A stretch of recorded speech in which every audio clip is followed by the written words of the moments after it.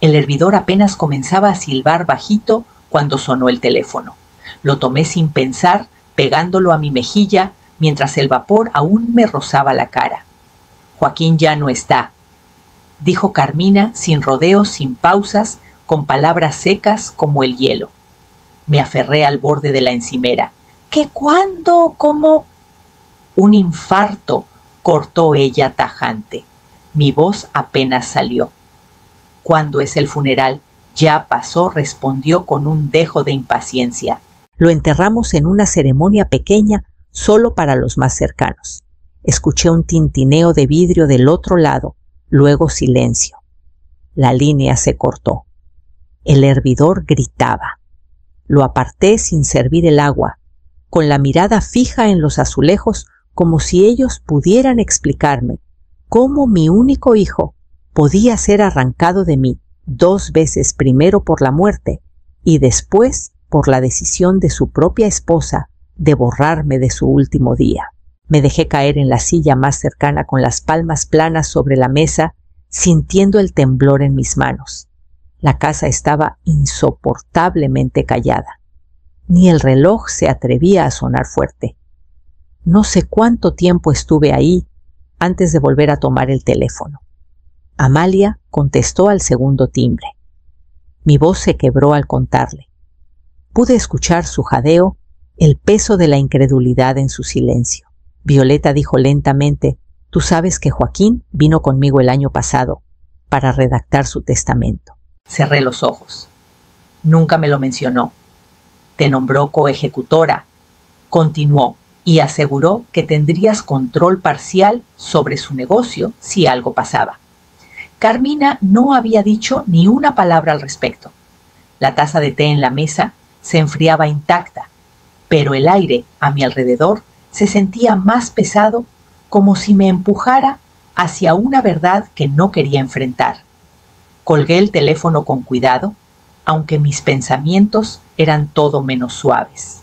En mis años en el juzgado, había visto familias desmoronarse por mucho menos. Reconocía las señales de alguien moviéndose rápido para mantener el control. Y esto se estaba moviendo demasiado rápido. El día que murió Anselmo, el mundo se ladeó y nunca volvió a enderezarse del todo. Joaquín tenía 24 años, entonces aún buscando su camino, y yo me volqué en mantenernos a flote. El juzgado se convirtió en más que un trabajo, fue mi salvavidas. Tomé horas extras. Me quedaba hasta tarde archivando peticiones de sucesión y llevaba a casa pilas de jurisprudencia para estudiar después de la cena. Cada decisión era por Joaquín. La pequeña herencia de su padre fue directa a su educación, y cuando quiso abrir su propio taller, firmé el préstamo como aval sin dudarlo. Cuando conocí a Carmina, fue en el taller de Joaquín una tarde de primavera. Entró con esa seguridad que llena un cuarto su sonrisa tan pulida como los botones plateados de su abrigo. Preguntó sobre el negocio, los planes de Joaquín, si los bienes familiares podrían entrar en juego algún día. Me dije que era curiosidad natural, aunque algo en mí sintió un escalofrío raro. Con el tiempo, las visitas se espaciaron. Al principio era porque estaban muy ocupados con el negocio, luego por viajes y después solo silencio. Las llamadas se volvieron programadas y cortas, con Carmina siempre al fondo como una sombra. La Navidad pasada insistió en que necesitaban unas fiestas tranquilas en casa. Luego supe por una tarjeta navideña de una vecina de antes que casa había sido un resort en Valle de Bravo. Me dije que no lo tomara personal. Cada quien vive su vida, no, pero había momentos que me carcomían. La forma en que los ojos de Joaquín esquivaban cuando hacía preguntas simples. Cómo Carmina redirigía las charlas hacia ella. Cómo las invitaciones parecían perderse más veces de las que debían.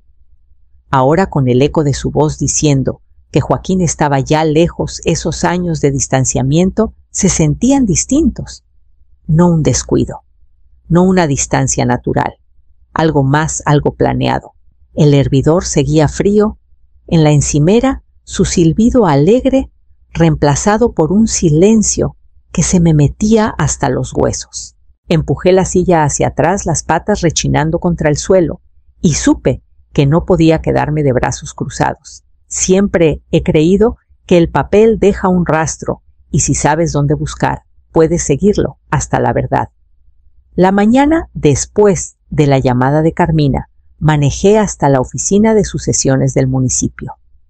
Aunque habían pasado años, aún recordaba el olor del lugar tinta polvo y un dejo metálico de los viejos archiveros. Me registré como si fuera una más del público, no alguien que alguna vez pasó media vida detrás de esos mostradores. Sentada frente a una terminal, tecleé el nombre de Joaquín. Nada. Ni una petición para abrir sucesión, ni un testamento registrado. El sistema estaba tan limpio como si él nunca hubiera existido. No tenía sentido. Sabía que un testamento había sido redactado a Amalia, lo había mencionado el día anterior. Ella no es de las que confunden detalles menos en documentos legales. Me fui sin hacer ruido y manejé directo a casa de Amalia. Abrió la puerta antes de que tocara 2 veces, invitándome a la cocina, donde guardaba sus archivos en carpetas perfectamente etiquetadas.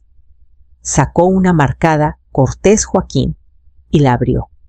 Adentro estaba el borrador de un testamento que nunca había visto junto con las notas de sus reuniones. Mi nombre estaba claro como coejecutora. También heredaría una parte de los activos del negocio y ciertas cuentas, nada ostentoso, pero suficiente para asegurarme una voz en lo que pasaba con el trabajo de su vida. Fue firmado y notariado, dijo Amalia, señalando el margen. Joaquín quería que se registrara. No sé por qué no está en los registros. Yo sí lo sabía. Si el testamento no llegaba al juzgado Carmina, podía mover activos sin supervisión. Y una vez que desaparecieran, recuperarlos sería casi imposible. Cerré la carpeta despacio, mis dedos firmes en los bordes de cartón. Había visto demasiados casos donde la persona que debía ser protegida era la que quedaba fuera por completo. Cuando salí de casa de Amalia, no manejé a casa. Tomé el camino largo hacia el almacén donde Joaquín guardaba algunas de sus cosas viejas. La bodega estaba más fría de lo que recordaba el suelo de concreto atrapando el fresco de la noche. Abrí la cortina metálica y dejé que la luz tenue bañara las cajas apiladas, todas etiquetadas con cuidado. Joaquín siempre fue meticuloso, cada caja marcada con el año, el contenido a veces hasta una nota corta. Me abrí paso hasta el fondo, bajando una caja etiquetada Oficina Personal.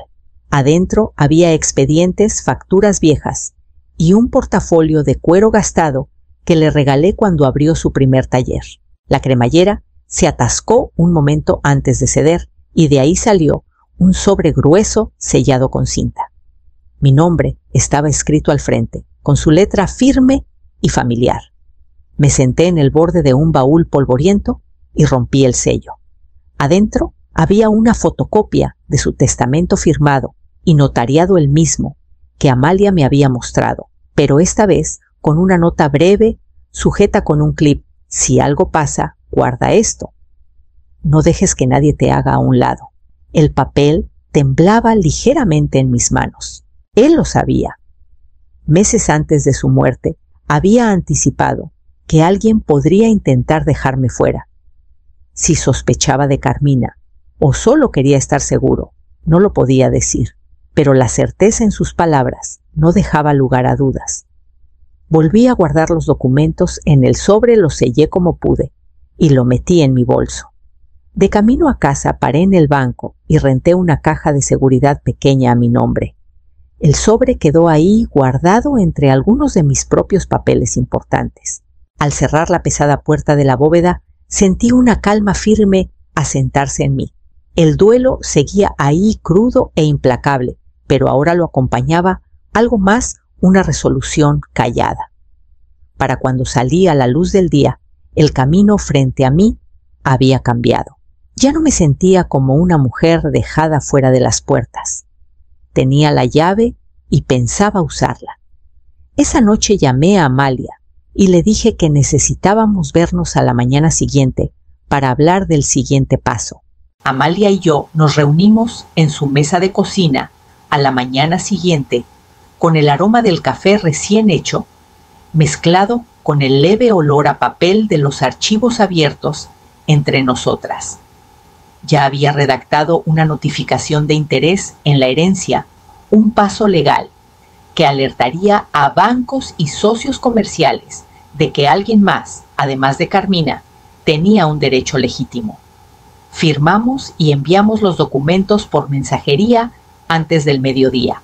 Luego, usando sus contactos, Amalia hizo una consulta discreta con el banco que manejaba las cuentas del negocio de Joaquín. Para la tarde, recibió una llamada de un gerente en quien confiaba. «Ha habido retiros importantes», dijo Amalia, leyendo sus notas. «Sumas grandes y la venta de una propiedad, un local comercial en el centro, se cerró el día antes de que Joaquín muriera. Mis manos se apretaron alrededor de mi taza de café. Ese edificio no era cualquier propiedad. Joaquín había peleado por conseguirlo viendo su potencial antes que nadie. Era la piedra angular de sus planes de expansión. ¿Quién lo compró?, pregunté. Ella pasó una página. Una empresa de papel recién formada, registrada bajo un socio de la firma de corretaje de Carmina. Las palabras cayeron con un peso sordo y pesado. Esto no era confusión por el duelo, ni decisiones apresuradas. Era planeación deliberada, calculada y ya en marcha antes de que Joaquín se fuera. Sentí un dolor profundo en el pecho, un duelo que ya no era solo por mi hijo, sino por cómo su trabajo de vida estaba siendo desmantelado pedazo a pedazo. Pero sobre ese dolor había un filo más agudo. Había pasado décadas en el juzgado, viendo a la gente tratar de torcer la ley a su favor, y sabía que una vez que la persona equivocada toma ventaja de tenerla, se vuelve más difícil con cada día que pasa. Miré a Amalia al otro lado de la mesa. Tenemos que asegurarnos de que nada más se mueva sin que lo sepamos. Ella asintió. Pondré un bloqueo en las cuentas restantes. Eso debería frenarla. Cuando salí de su casa, la luz del invierno ya se desvanecía, proyectando sombras largas en la calle. Manejé a casa, sabiendo que esto no era solo proteger papeles, era proteger el nombre de Joaquín. A la mañana siguiente, mi teléfono sonó con un número desconocido y una voz joven se presentó como reportero. El que llamó se presentó como Emiliano Paz, reportero de un diario local. Su tono era cortés, pero con un dejo de curiosidad, como suena la gente cuando sabe que ha tropezado con algo más grande de lo que esperaba. Explicó que le habían dado un soplo sobre un funeral celebrado sin la madre presente y quería escuchar mi versión. Estuve a punto de colgar. La idea de ventilar mi dolor con un desconocido se sentía invasiva. Pero entonces mencionó que había estado investigando transacciones de propiedades ligadas a la firma de Carmina, y una en particular, la venta del edificio de Joaquín en el centro, le había llamado la atención. Quedamos en vernos en un café pequeño a 2 cuadras del juzgado. Emiliano era más joven de lo que esperaba, apenas entrando en los 30, con un cuaderno ya abierto y pluma en mano. Le dije que no entregaría documentos sin una buena razón, pero confirmé que tenía evidencia de movimientos financieros irregulares y que estaba nombrada en el testamento de Joaquín. Sus cejas se alzaron. «Puedo conectar algunos puntos», dijo inclinándose hacia adelante. «Pero tú podrías hacer esto a prueba de balas. Si compartes los registros, puedo verificarlos contra archivos de propiedades y declaraciones fiscales». Lo estudié un momento. Había entusiasmo, sí, pero no imprudencia. «No te doy nada todavía», dije. «Pero si quieres seguir buscando, hazlo con discreción. Ella vive de su reputación». Asintió garabateando algo en su cuaderno. «La discreción es mi especialidad». Hablamos por media hora más, y cuando nos despedimos vi que no solo buscaba una nota, había olido sangre en el agua. Salí del café sintiéndome cautelosa, pero extrañamente también aliviada. Si Carmina contaba con el silencio, estaba a punto de encontrar el suelo temblando bajo sus pies. La semana siguiente me concentré en mantener la calma, evitando cualquier movimiento que pudiera alertarla. Ese equilibrio se rompió exactamente 7 días después de su primera llamada, cuando el teléfono volvió a sonar y su voz llegó cortante e inestable. Era temprano en la tarde cuando llegó la llamada. Reconocí el número al instante, aunque dejé que sonara 2 veces antes de contestar. ¿Qué estás haciendo con mi vida? La voz de Carmina estaba tensa como quien contiene el pánico. ¿Crees que no sé que eres tú? No respondí de inmediato. Dejar que el silencio se alargue era algo que aprendí en años de declaraciones, hace que la gente llene el espacio. Están hablando de mí, continuó. Clientes, colegas, la gente está cancelando tratos. ¿Tienes idea de lo que esto está haciendo con mi negocio? Estoy ocupándome de los asuntos de Joaquín, dije con calma. Ese ya no es tu lugar, soltó ella. No tienes derecho a la corté, mi tono aún sereno. Es exactamente mi lugar. Y colgué. Por un largo momento me quedé ahí con el teléfono aún en la mano, escuchando el leve zumbido del tono. Su miedo era confirmación suficiente de que los pasos que Amalia y yo habíamos dado estaban surtiendo efecto. Los bloqueos en el banco, las consultas discretas, la voz estaba corriendo, y en su mundo la reputación era moneda de cambio. Esa noche me reuní con Amalia en su oficina. Deslizó una carpeta sobre el escritorio, su expresión seria. Emiliano ha estado investigando. La venta del edificio de Joaquín no solo fue una mala jugada, está ligada a una empresa fantasma que está bajo investigación fiscal.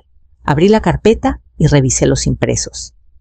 Ahí estaba en blanco y negro transacciones en capas para ocultar el rastro, pero no lo suficiente para resistir a un reportero determinado. Si esto sale a la luz, dijo Amalia, no se tratará solo de recuperar activos, la destruirá profesionalmente. Cerré la carpeta, mi mano firme. Entonces nos aseguramos de que esté listo cuando ocurra. Afuera el aire estaba fresco, las farolas apenas empezando a encenderse. Caminé a mi coche sabiendo que el siguiente movimiento debía ser preciso, lo bastante fuerte para terminar con su control sobre el legado de Joaquín, pero lo bastante discreto para mantener el control de la narrativa. Esa oportunidad llegó antes de lo que esperaba, en forma de una gala benéfica.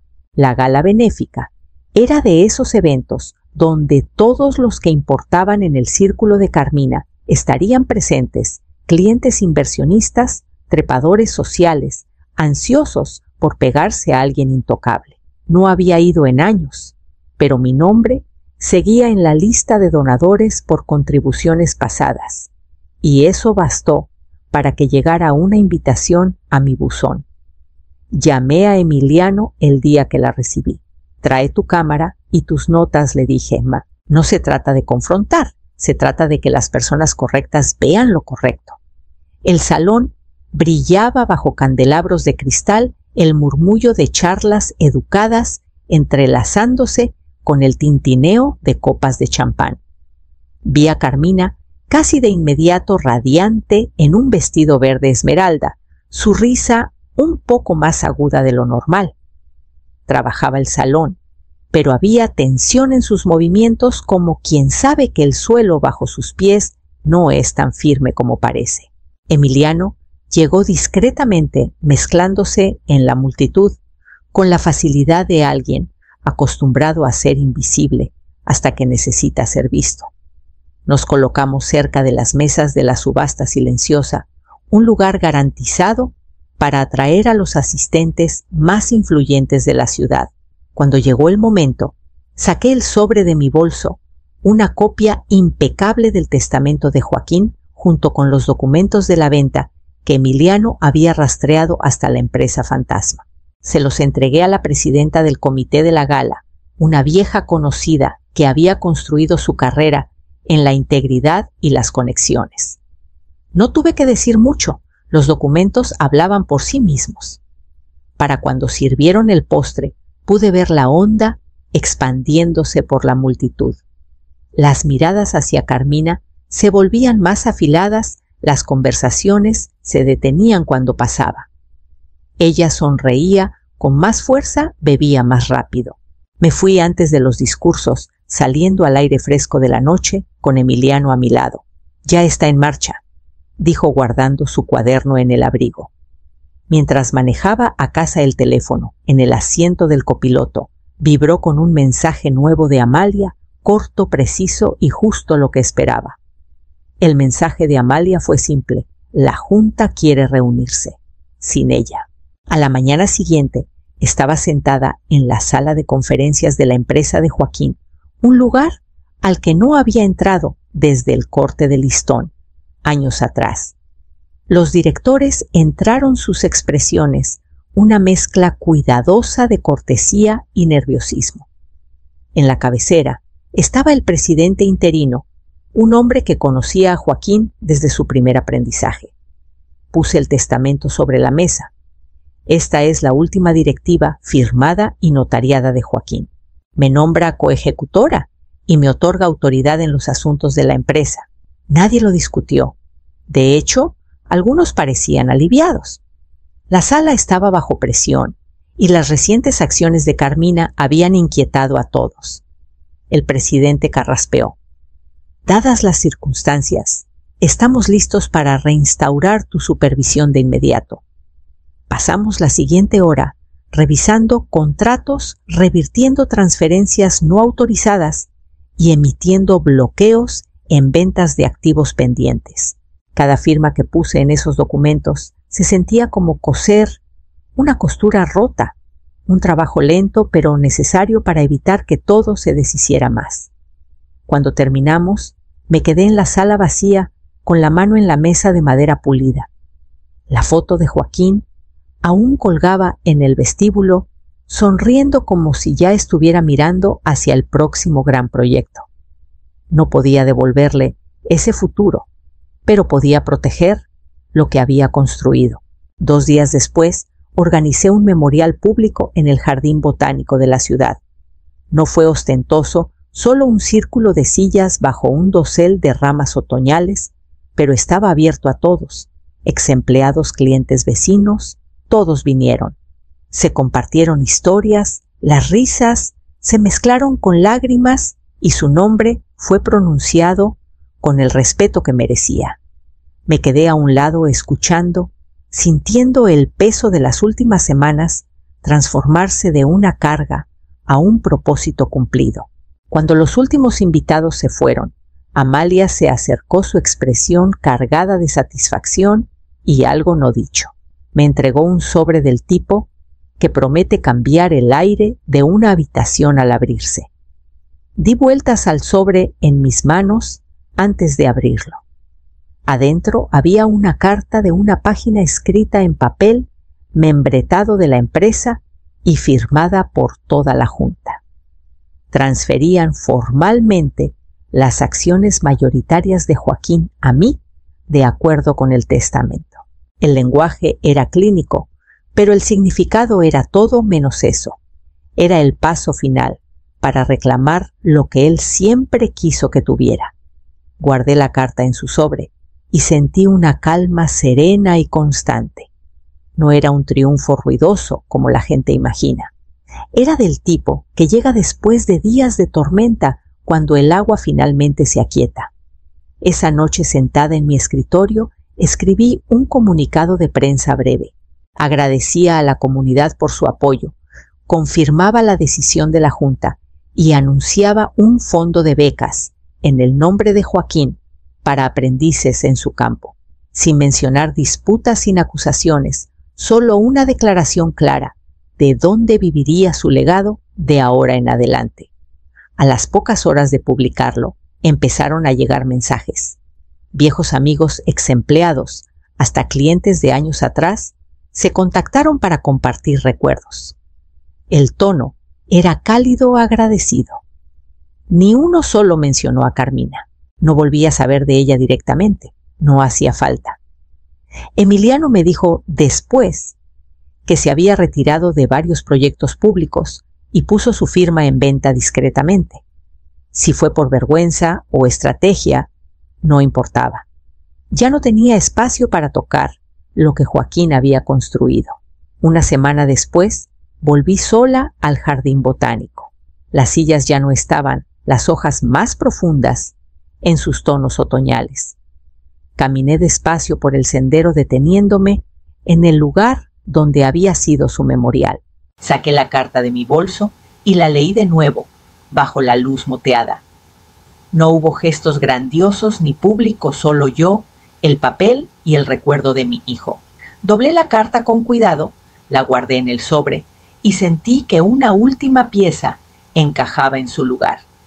Cuando salí del jardín, el aire estaba fresco y claro, y por primera vez en semanas pude respirar sin sentir el peso de lo que me habían quitado.